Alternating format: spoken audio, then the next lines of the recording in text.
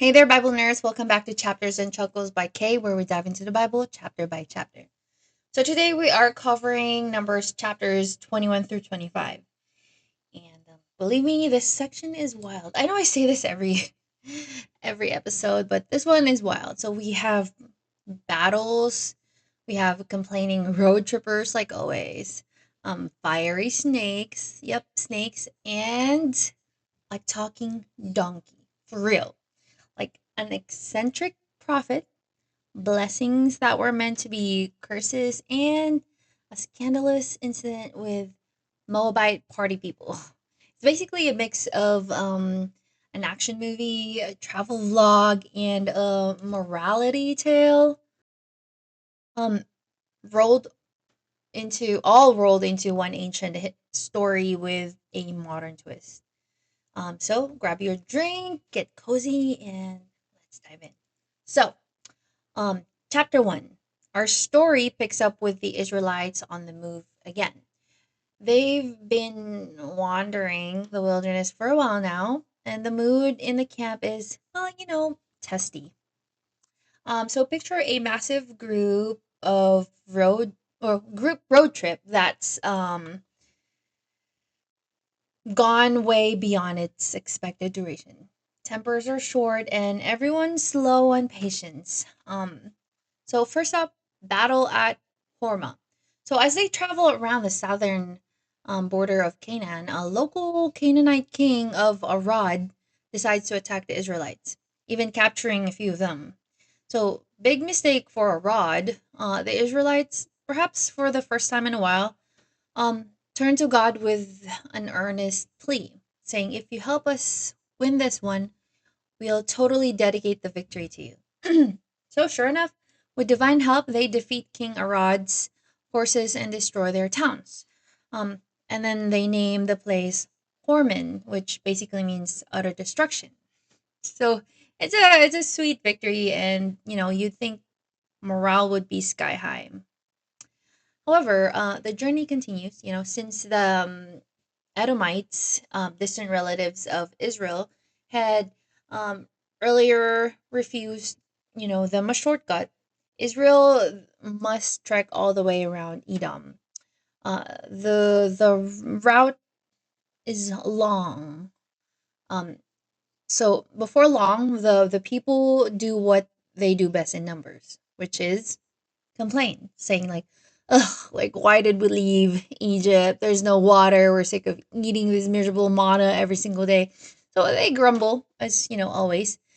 So Moses must be like face bombing so hard right now, or when that happened. So well, God hears this round of whining and decides enough is enough. So cue the dramatic scene. Suddenly, um, poisonous snakes slither into the camp, like lots of them. These aren't gardens, like they're not garden snakes. The Bible actually calls it fiery serpents, likely because their bites burn like fire. People are getting bitten left and right, and panic breaks out. It's like that horror movie Snakes on a Plane. Ancient Israel edition. Needless to say, the Israelites quickly realize they messed up. They rushed to Moses, saying, "We sinned by bad mouthing God and you. Please pray for us to get rid of these snakes." So Moses prays, and God tells him to do something rather unusual. He said, "Make a replica snake and put it up on a pole. Everyone who's bitten can look at it and be healed." So Moses crafts a snake out of bronze, raises it up on a pole, and voila. Um, Whoever gets bitten and then looks up at the bronze serpent lives. Like that is a very odd remedy, right? Imagine going to your doctor complaining of snake bite and they're just like, "Oh, just gaze at this bronze snake statue and you'll be fine." But hey, it worked. This bronze serpent on a pole becomes an iconic symbol of healing. Crisis averted, lesson learned, at least for now, and then the snake invasion subsides. So, with snake bites behind them, the Israelites continue their journey. They zigzag through various desert campsites. Um, so both I Abarim, the Wadi Zered. So basically a series of blink and you miss it towns in the wilderness. I'm gonna say it again. Oboth, I Abarim, and the Wadi Zered. At one point, they reach a place called Beer, which Beer, Beer, which means well. Um, so God provides a well of water, and the people break into a joyous song. Spring up, oh well, sing to it. It's like a spontaneous desert musical number, complete with leaders taking the well and everyone singing things for, blah, blah, blah. So, for a brief moment, the complaining stops and the gratitude flows, quite literally. Um, Enter Sihon and Og, more boss battles. So, traveling on, Israel now approaches the territory of Amorites, ruled by King Sihon. They send King Sihon a polite, or Sihon, a polite message saying, "Excuse us, can we pass through your land? We won't touch any fields or drink from your wells." Well, you know, um, stick to the main highway, promise, pretty much. So, but, um, Sihon isn't having it. He basically says no way and mobilizes his army to block them. Perhaps he's heard about Israel's earlier victories and doesn't want millions of former slaves, you know, going through his backyard. Um, and then a battle erupts at Jahaz, and Israel absolutely um, routs Sihon's forces. They conquer all his towns, including Heshbon, which, fun fact, had been Sihon's capital ever since he seized it from Moab's king in an earlier war. So the Israelites basically inherit Sihon's entire Amorite kingdom. This victory is such a big deal that, an old time bark, think of it like a hit song of the day, sings, "Come to Heshbon. Fire went out from Heshbon. Woe to you, Moab, you're undone."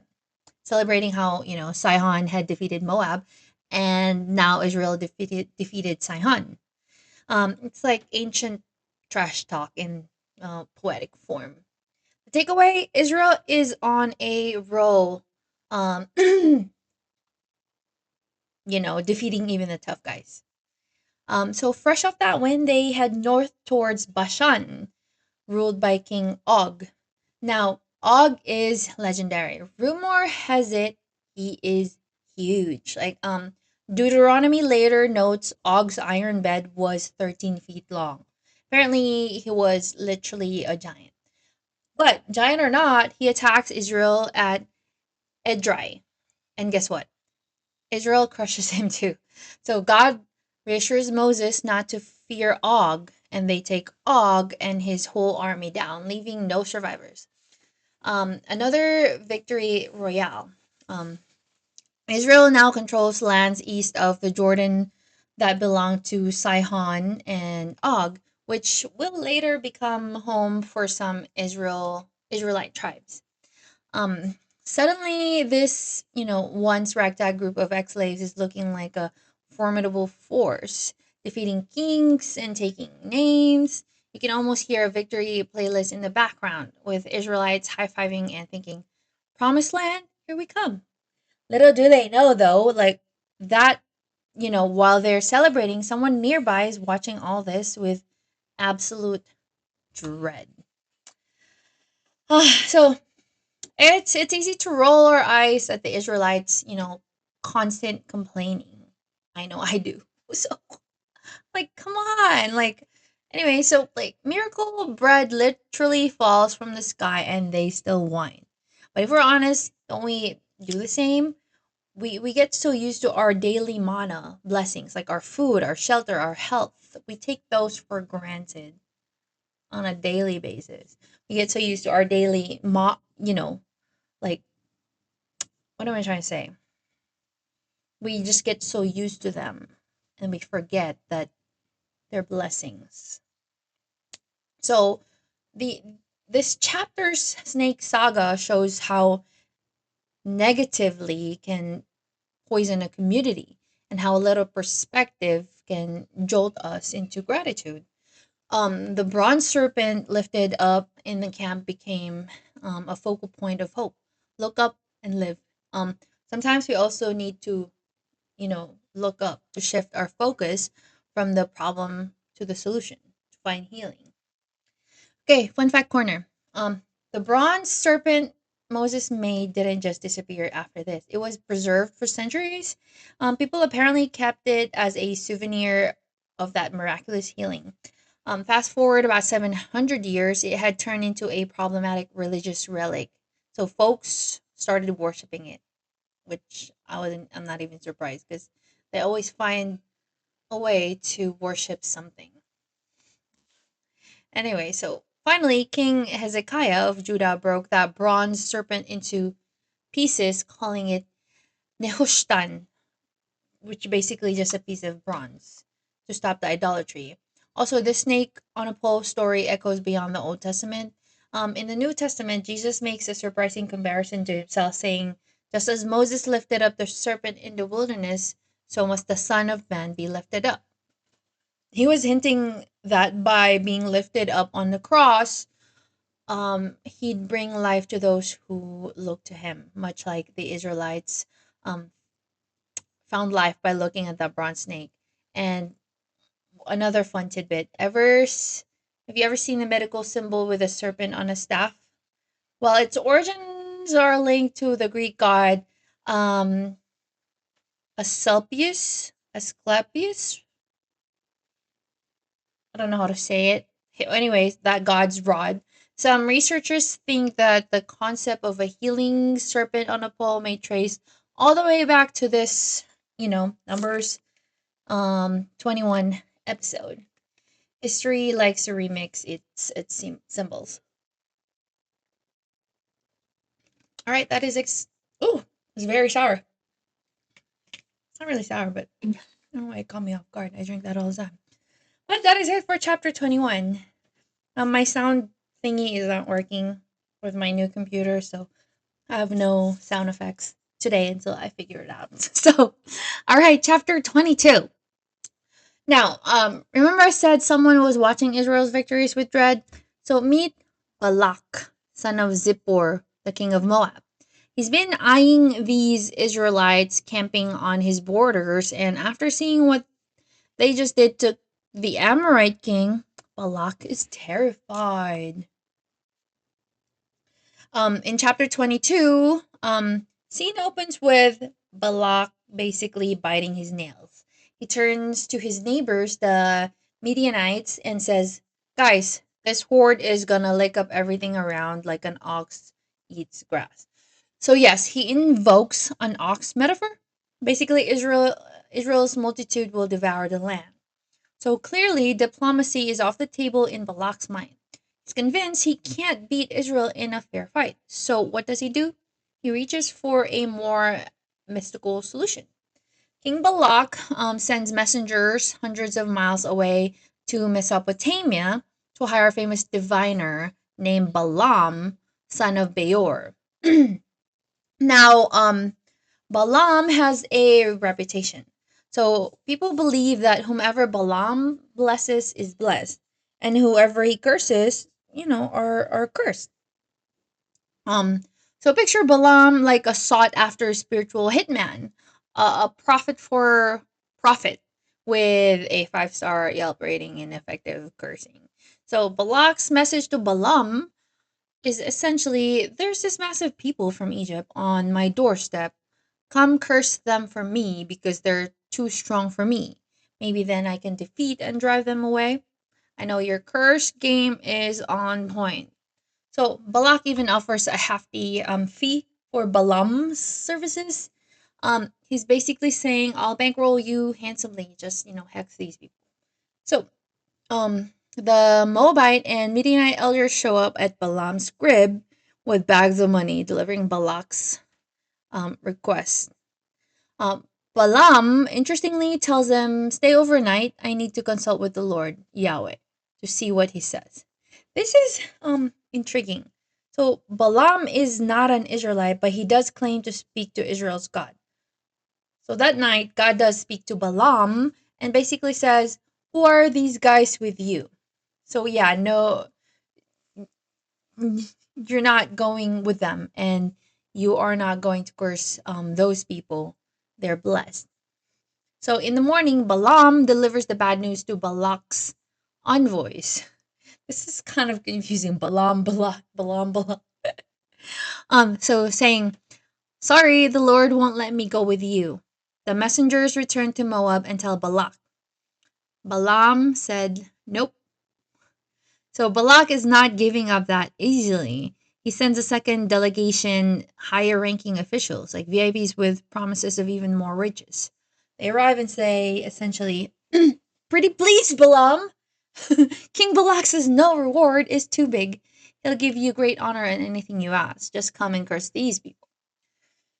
So Balaam replies, and this is my paraphrase: "Even if Balak gave me a house full of silver and gold, I can't disobey the command of the Lord my God." Sounds noble, right? He adds, "Stay the night again, and I'll see if God has something else to say."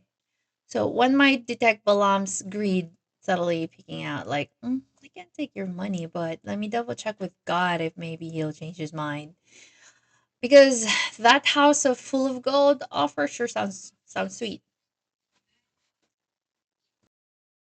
So that night, God does come to Balaam and says, "Fine, if these men have come to call you, go with them, but only do what I tell you." So Balaam saddles up his trusty donkey in the morning and heads off with Balak's officials, seemingly with God's permission. But here's where things get strange and hilarious. It says God's anger was kindled because Balaam went. So, wait, wasn't he allowed? It seems God wasn't thrilled with Balaam's heart in the matter. Perhaps Balaam was a bit too eager to earn that reward. So God sends an angel of the Lord to confront Balaam on the road. This angel is armed with a drawn sword and positions himself as an unseen roadblock. Unseen by Balaam, that is, but the donkey sees the angel clear as day. So picture Balaam is riding along, probably daydreaming about Balak's riches. Suddenly, his donkey swerves off the road into a field. Balaam is jolted and furious. He says, "Hey, get back on the road," and beats the donkey to steer her back. Um, the donkey complies. They continue through a vineyard path with walls on either side. The angel appears again ahead. The donkey, trying to avoid the supernatural swordsman, presses close to one wall, crushing Balaam's foot in the process. Balaam howls in pain and angrily whacks the donkey again. Poor donkey. Um, then they carry on into a narrow spot where there's no room to turn. The angels appear a third time, blocking the way entirely. So the donkey, having more sense than her rider, just lays down under Balaam, refusing to budge.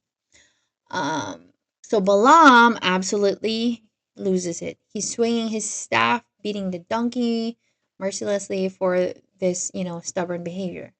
And then the donkey talks.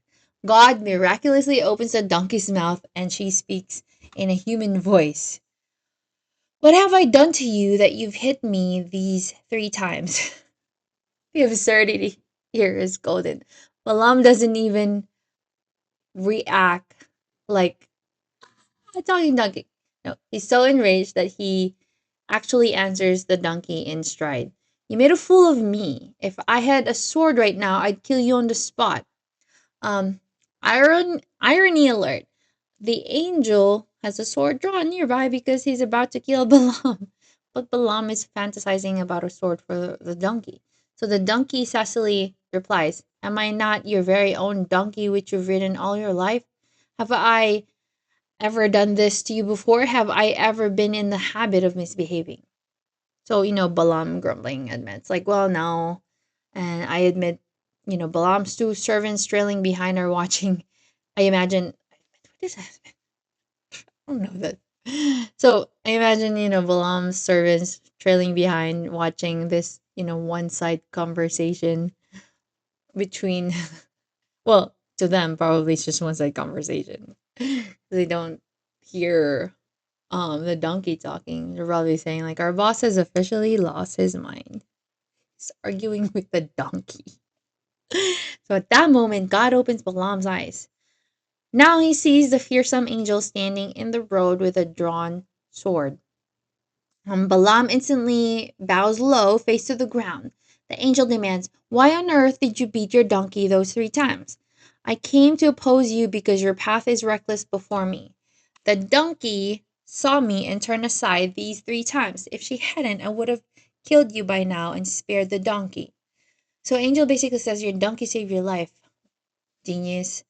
So Balaam is mortified. I have sinned. I didn't realize you were standing in the way. If you want me to, I'll turn back right now. But the angel says, no, go on with the men.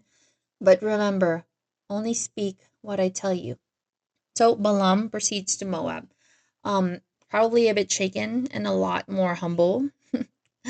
And hopefully apologizing profusely to his donkey with extra carrots or whatever they eat. So when King Balak hears Balaam's finally coming, he rushes out to meet him at the border. Balak is like, dude, what took you so long? Didn't I offer you enough money or what? Like, I can make you super rich. Balaam responds, look, I'm here now, but heads up, I have zero power to say anything except what God puts in my mouth. So Balak is probably thinking, yeah, sure, just come curse them already. So he takes Balaam to Kiriath Huzoth.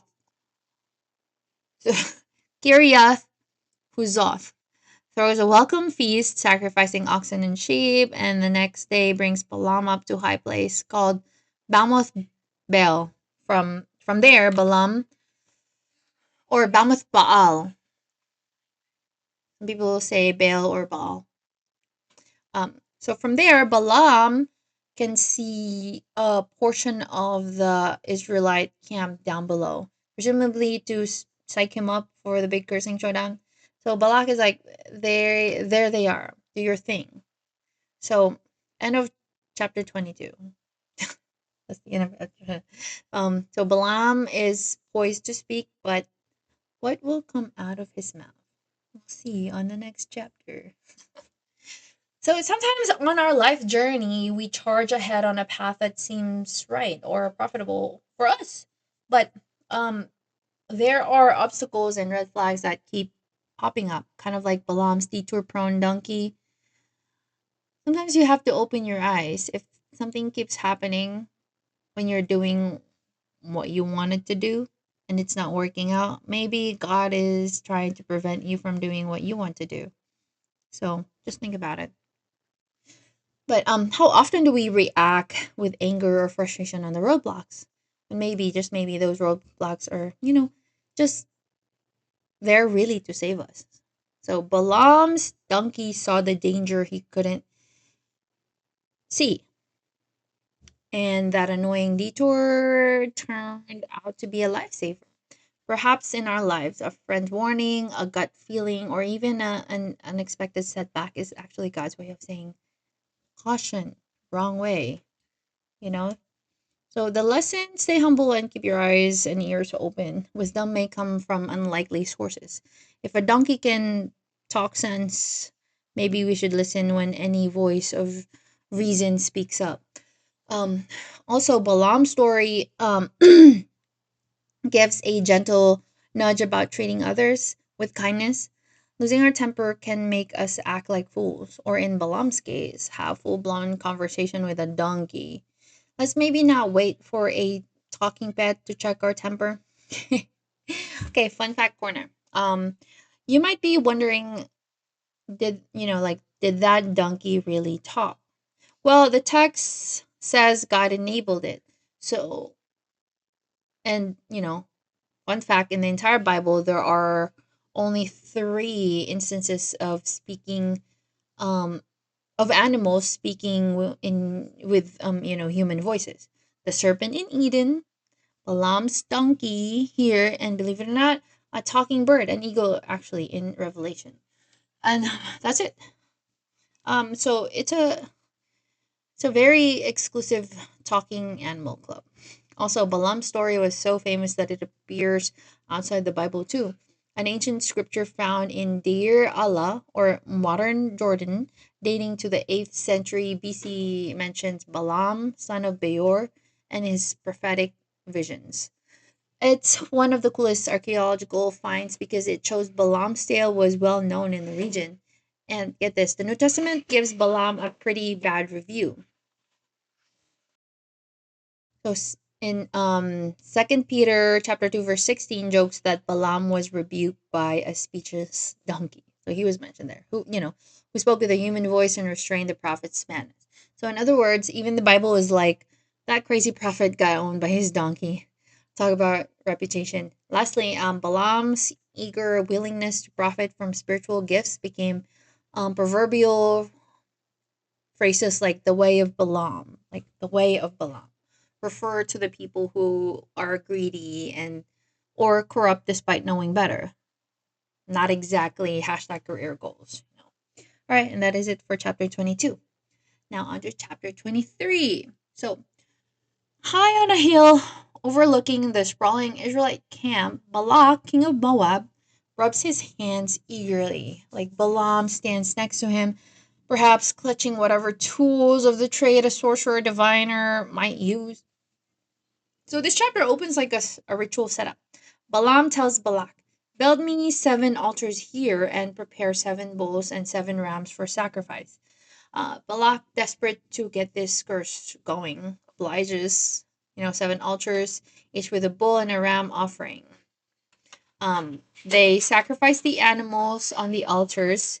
Then Balaam says, stand here by your burnt offering, Balak. I'm gonna go over there. Maybe the Lord will meet me and I'll tell you whatever he shows me. So Balaam hikes up the barren heights, leaving Balak by the altar. And indeed, God meets Balaam and puts a sword in his mouth, telling him what to say. A sword, a word in his mouth. Balaam heads back to where Balak and the Moabite officials are anxiously waiting by the smoking altars. Balak practically leaps up, like, all right, what did God say? Lay the curse on him. And Balaam opens his mouth, and out comes his first oracle. But it's not what Balak hired him for. So, Balaam's first oracle goes something like this, which, it's paraphrased for modern ears. Balak summoned me all the way from Aram, way out east, to curse Jacob and denounce Israel. But how can I curse whom God hasn't cursed? How can I condemn those the Lord hasn't condemned? So Balak's face probably falls at these words. Balaam continues, gazing out. I see these people from the mountaintops, and boy, they stand out.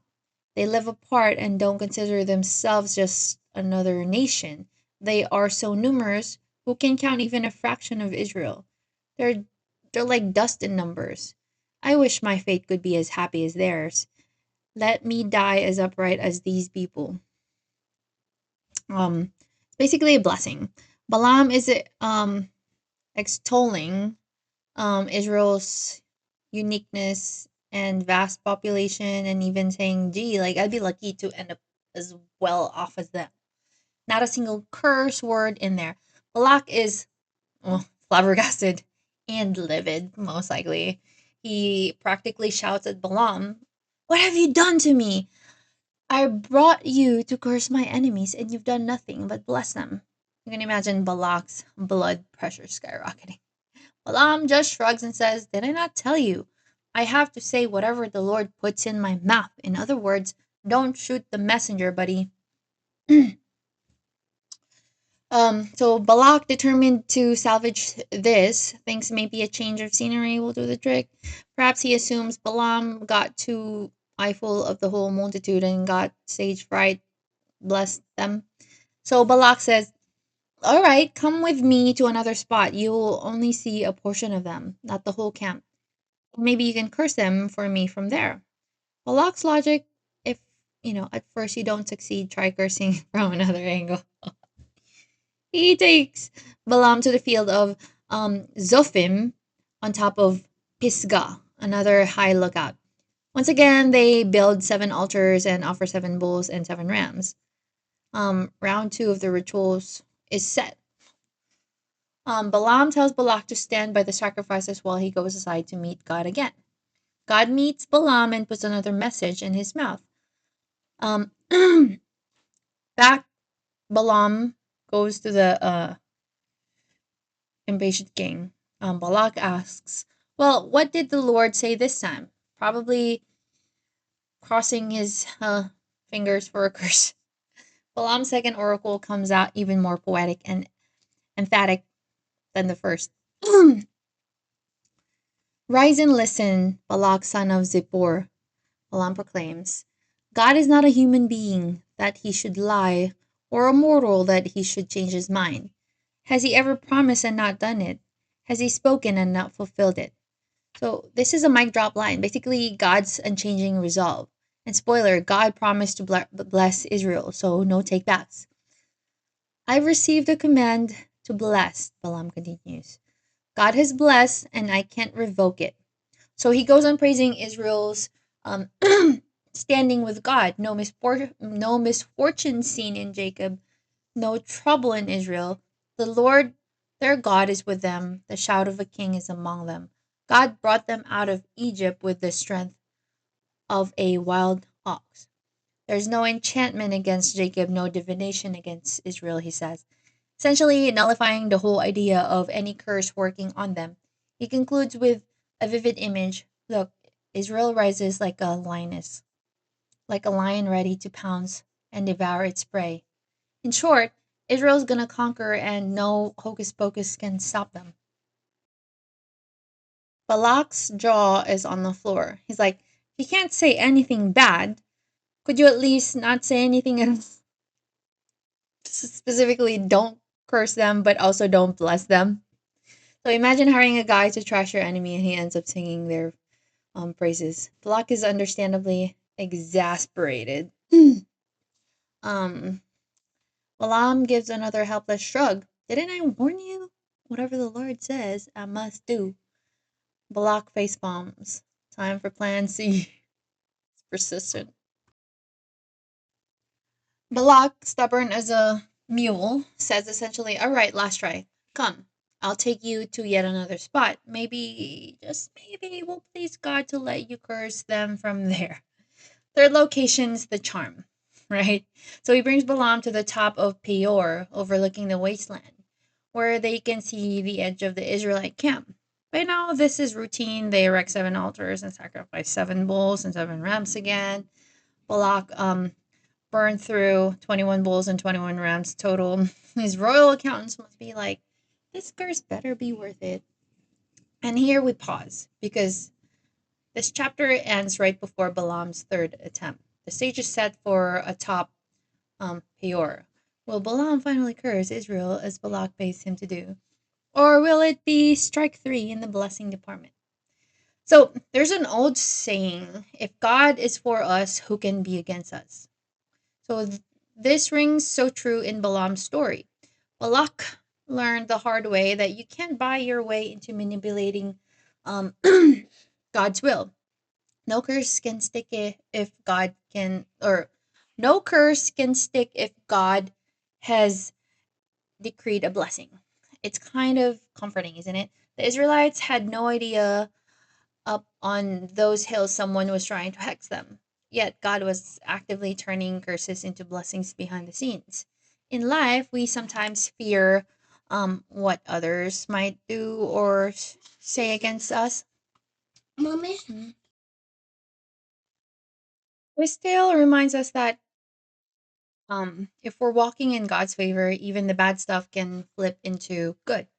Also, not Balaam's line, or it's Balaam's line, but Balaam's line, he said, God is not a man that he should lie or change his mind. Unlike fickle humans, God keeps his promises consistently. The Israelites weren't perfect, but God remained true to the promise he made to bless Abraham's descendants. This gives hope. Um, God's faithfulness doesn't flip flop on our worst days. All right, so fun fact corner. Balaam's oracles were here contain some zingers that have echoed through history. God is not a man that he should lie. That's in Numbers 23, chapter 19. Has become a famous quote about God's trustworthy nature. You'll hear it cited in sermons and books often. Also, Balaam's attempt at cursing basically turned into one of the earliest documented, blessing and prosperity speeches for Israel. In a twist of cosmic irony, King Balak ended up funding a public relations campaign for Israel's greatness. Another tidbit, each time Balaam asked for seven altars and offered seven bulls and rams, this wasn't Israelite practice. It was likely a pagan divination custom. Seven was seen as complete magically significant number. So Balaam was essentially trying every ritual trick in the book to channel a curse. Too bad for Balak. The real God doesn't bow for ritual bribery. All right, that is it for chapter 23. Now on to chapter 24. I'm only halfway through my for 36 minutes. Okay. So, chapter 24. So, the grand finale of Balaam's saga. We find Balaam and Balak on the summit of Peor with seven altars smoking behind them. By now, Balaam has realized something crucial. God really, really intends to bless Israel. In fact, on verse 1, chapter 24, verse 1 notes that Balaam finally gave up on using sorcery techniques. He doesn't go scampering off to perform omens as before. Instead, he just fixes his gaze toward the wilderness where Israel's camp stretch out, tribe by tribe below, and the Spirit of God comes on him. It's Oracle time, round 3, unscripted. Balaam's third oracle is practically a poetic love song about Israel's future. He starts by styling himself as the oracle of Balaam, son of Beor, the oracle of the man whose eye is clear, who hears the words of God. Basically, listen up, I'm in the zone hearing God's vision. Then, how fair are your tents, O Jacob, your encampments, O Israel. This line is famous. Balaam ends up praising how beautiful Israel's community is. They're like lush valleys, like gardens by a river, like fragrant aloes and cedars planted by the Lord. He gushes. Um, you can almost see Balak's eyebrow twitching as Balaam waxes poetic about Israel's aesthetic. Balaam goes on, water will flow from his buckets. His seed will have abundant water. Their king will be greater than Agag. Their kingdom will be exalted. Agag was a big name king of the Amalekites. Balaam's hinting Israel's monarchy will outshine others. He continues, God brought them out of Egypt. They have the strength of a wild ox. They will devour enemy nations, break their bones, and pierce them with arrows. So much for cursing them. He's literally describing them smashing all foes. Balaam concludes, they crouch and lie down like a lion. Who dares ruse them, rouse them? How do you say that word? Anyways, blesses everyone who blesses you, O Israel, and curses everyone who curses you. Um, this last line pointedly boomerangs Balak's very intention. Balaam reaffirms the promise God made to Abraham: whoever blesses Israel will be blessed, whoever curses them will be cursed. In other words, Balak, you picked the wrong fight. Um, and that does it. Balak absolutely loses his royal cool. His anger his anger blazes. He smacks his head and hands together in frustration. Like, I called you to curse my enemies, and 3 times now you've blessed them. Get out of here.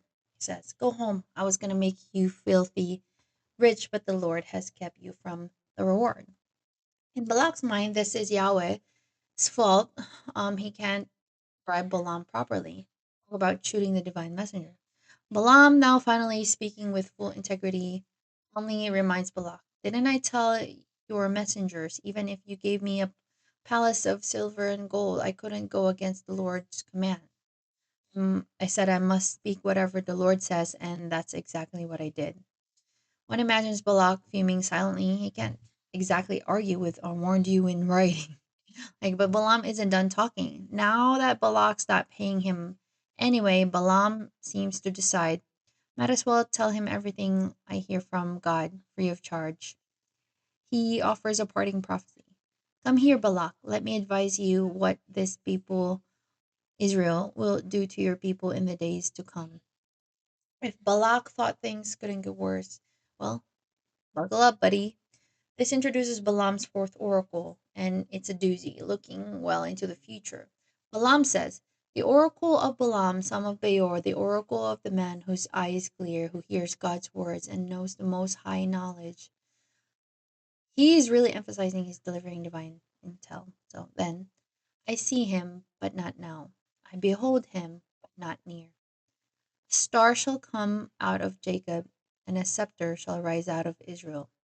This is a prophetic poetry at its finest. Balaam speaks of a coming him, a ruler, symbolized by a rising star and a scepter.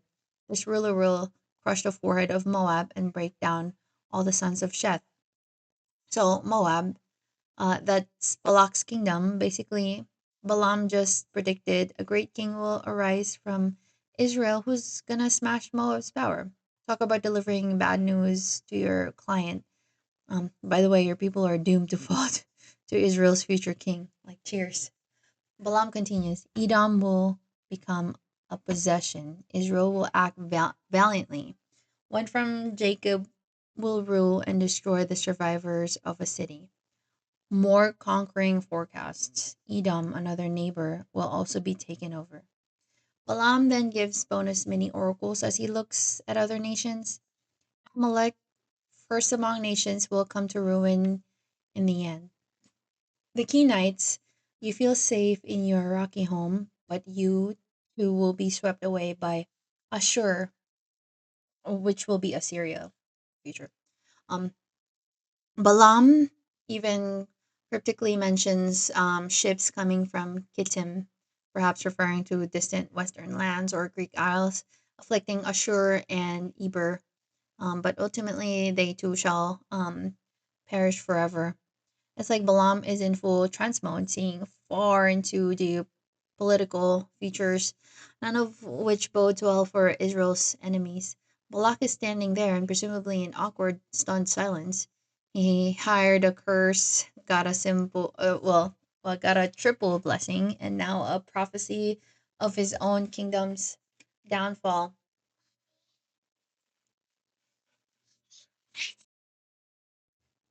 With that, Balaam ends his spiel. Mic drop. Balak has heard enough. There's no record of Balak even responding. Maybe he was too angry or freaked out to speak. Scripture simply says, "Then Balaam got up and went back home, and Balak also went his way." They part company. Balak likely steaming. Balaam likely relieved to escape with his life. Hmm. This marks the end of the Balaam saga. Or does it? For now, Israel was not cursed. In fact, they're more blessed than ever. You'd think after all these mountaintop oracles, Israel down below might have an aura of divine protection around them. And they did, as long as they obeyed God. But this chapter is about to show us that Israel's worst enemy sometimes is Israel itself, especially when temptation comes knocking. Ugh, all right, fun fact corner. Remember Balaam's gushing line, "How fair are your tents, O Jacob?" Jewish tradition holds that Balaam was impressed by how the Israelite tents were arranged. According to legend, their tent doors didn't face each other, promoting modesty and privacy. That line, as I mentioned, is part of the Ma Tovu prayer and is literally inscribed on synagogue walls around the world. Not bad for words that came out of a non-Israelite mouth. Also, historical footnote: the Moabite king Balak, who witnessed all this, gets a mention outside the Bible too. An inscription called the Mesha Stele by a later Moabite king doesn't mention Balak by name, but does talk about the conflicts between Moab and Israel. It's just cool to know these characters lived in a real world that left stones and writings behind. Um, Lastly, Balaam's prophecy of a star inspired more than just Christmas carols. One famous Jewish rebel leader in the 2nd century AD actually took the title Bar Kokhba, meaning son of the star, claiming to fulfill Balaam's oracle. Clearly, Balaam's words had legs and continued to fascinate people long after he rode off his donkey. Speaking of which, a round of applause for the real MVP of chapters 22 to 24, Balaam's donkey, who not only saved Balaam's life, but probably spared Israel a nasty curse. She definitely deserved an appearance in the Bible Talking Animal Hall of Fame. All right, chapter 25. Almost done. Okay, so you'd think after the whole Balaam fiasco, Moab would leave Israel alone. Of course no. So open curses happen, but um something more insidious is about to go down. This chapter shifts the scene from the prophets and kings back to the Israelite camp itself. The Israelites are now camped at a place called Kittim on Moab's doorstep near the Jordan River. And here comes trouble. Moabite women begin to mingle with the Israelites, and many Israelite men will invite them over. The text says the men began to have sexual relations with the women of Moab. These Moabite ladies aren't just looking for romance, they come with an agenda. They invite the Israelites to their sacrifice for their gods. The next thing you know, the Israelite men are chowing down at pagan feasts and bowing to Moabite gods, chief among them, Baal of Peor. Baal was a local deity, and Peor likely refers to the mountain or region. So basically, they're getting cozy with the god of that place. In short, Israel falls into idol worship and sexual immorality hand in hand. It's a seduction on multiple level, and this, no surprise, makes the Lord anger blaze hot. All that blessing and protection, and now the Israelites themselves have opened a breach. It's like after surviving snake attacks and enemy curses, they themselves go pick up spiritual poison. God responds quickly. He tells Moses, "Take all the chiefs of the people and impale them in broad daylight before the Lord, so that my fierce anger may turn away from Israel." In other words, execute the ringleaders of this, whatever this is. And then Moses relays a command to Israel's judges: each of you must kill any of your men who have yoked themselves to Baal of Peor. It's a grim purge, but this sin is extremely serious. Israel's very covenant with God is at stake. A plague has also begun ravaging the camp as divine judgment. So swift action is needed to stop the death. While the community is weeping in repentance at the tent of meeting, the tabernacle, in the midst of this sorrow, an outrageous scene unfolds. The Israelite man named Zimri from the tribe of Simeon brazenly brings a Midianite woman named Cosby right into his family tent in front of everyone. It's like he's flaunting a scandalous affair in broad daylight in the middle of the camp while folks are literally mourning and trying to appease God. Talk about terrible timing and utter disrespect. One can almost hear the gasps. Is he for real? Like now, right in front of Moses and the whole assembly? Like Zimri either read the room very wrong or just didn't care. But one man does care a lot. Enter Phinehas, grandson of Aaron. So he's the son of Eleazar, the high priest. Phineas, I wonder if it's not really spelled like Phineas. Phineas sees Zimri parading this Midianite princess. Turns out Cosby is the daughter of a Midianite chief into the camp. So righteous rage fills him. Phineas grabs a spear, marches into Zimri's tent after them, and runs them both through in one thrust, pinning them together through the belly. So, yes, it's graphic. They die on the spot in the very act of sin.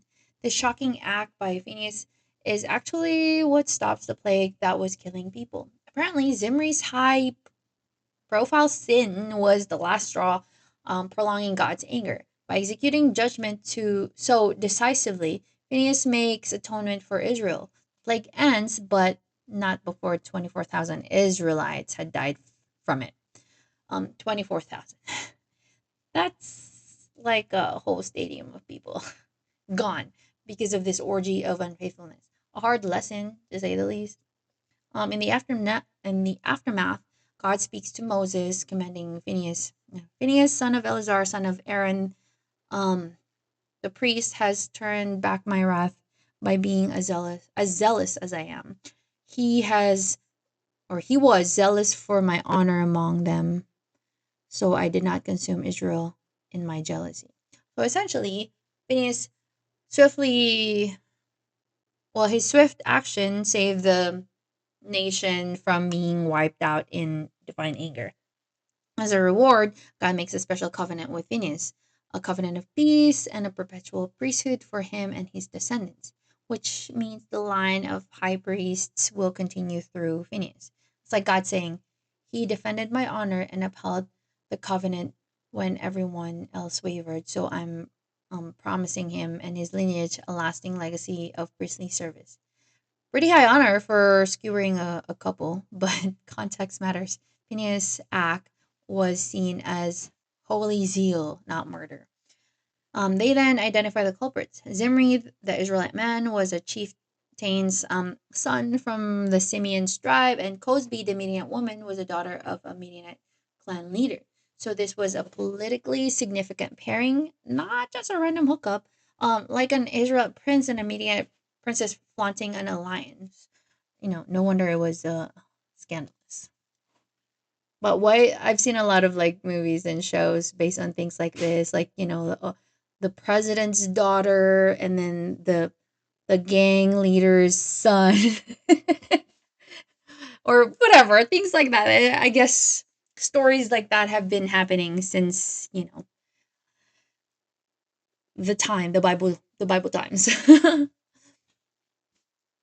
So the chapter ends with God telling Moses, harass the Midianites and strike them because of what they did to you with the trigger of Peor and Cosby's affair. In other words, don't let this go. The Midianites, um, who seem to have teamed up with Moab in this plot, intentionally seduce you into betrayal.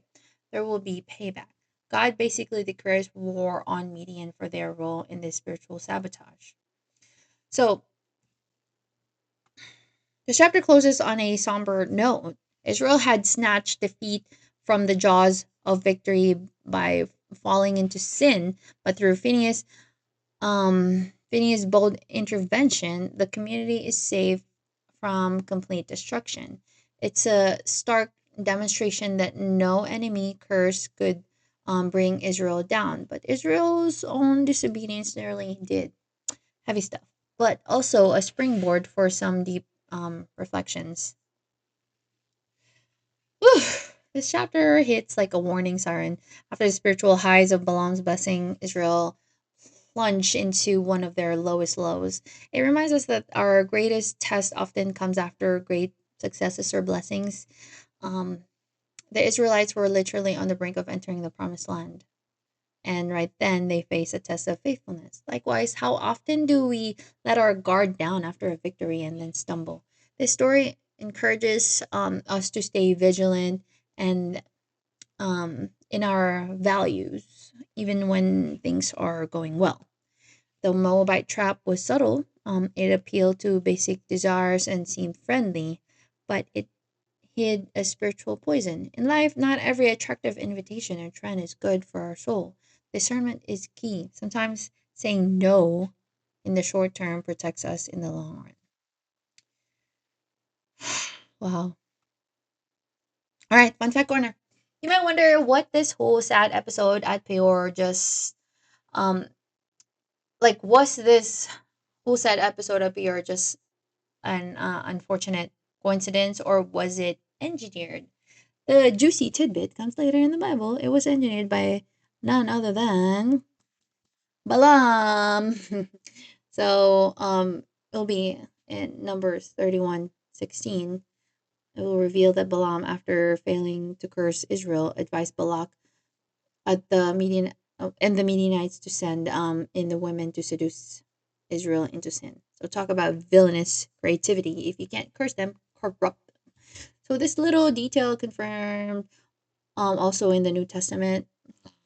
Revelations 2:14 speaks of Balaam teaching Balak to put a stumbling rock or stumbling block before Israel involving idol food and immorality. So tells us Balaam did get his payday in a twisted way. Basically said, I can't curse them, but here's how you can get them to curse themselves by offending their God. Ooh, on a different note, Baal of Peor, the god involved, likely had litigious worship rituals. Archaeologists and scholars note that fertility cults in the region often mix sexual rites with worship, which explains why the Israelites were tempted on both physical and spiritual levels. And for a number fact, Paul mentions this incident in 1 Corinthians 10:8, warning Christians not to commit sexual immorality as some of the Israelites did, causing 23,000 to fall in one day. Ooh, all right. So, that was a ride. Numbers, Book of Numbers, chapters 21 to 25 took us from battlefields to high mountains, prophecies to a near self inflicted disaster.